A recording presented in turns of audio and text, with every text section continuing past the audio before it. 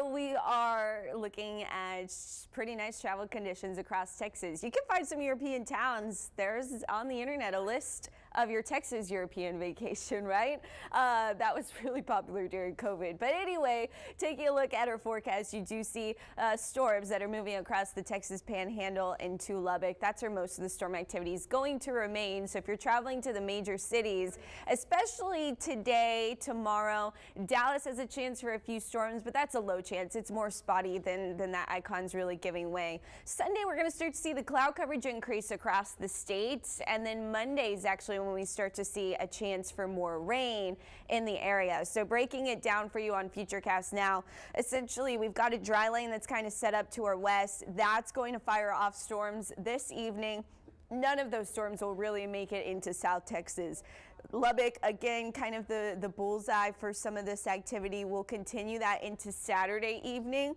We will be watching a few showers try to make it into South Texas. It looks like early Sunday morning, but they'll quickly weaken, so I don't expect much. Sunday, notice these storms are firing off a little bit further to the east, right? So this energy slowly getting closer and closer to the I-35 corridor and Corpus Christi as well. So Sunday evening and overnight, depending on how these storms develop, we may see a squall line take shape, and right now that looks to aim toward the valley. However, that's something we'll be watching Sunday night heading into Monday morning, is the chance for some storms there. That energy continues to shift further to the east as we head into Monday, so Memorial Day, especially by dinner time, it is looking like we could see some showers or thunderstorms that could impact your plans if you have outdoor plans on Monday. Again, not expecting widespread activity, but that is something that we are going to have to keep an eye on. By Tuesday, it looks a little bit more coastal, some isolated activity possible inland though,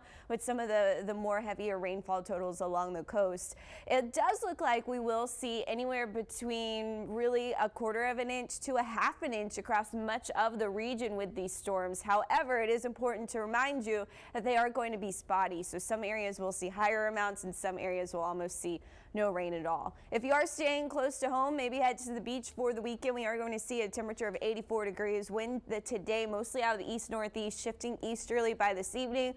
There's low rip current risk, high tides 11:28. We're looking at lots of sunshine today. More clouds again into the weekend. Waves may make their way up to 2 to 3 feet. Saturday, it'll be a close call, but about 2 feet over the weekend. Water temperature very similar to the air temperature. Very high UV index still on Saturday, but more clouds Sunday. Unsettled weather into Monday and Tuesday. We see a chance of thunderstorms, and temperatures go back up into next week.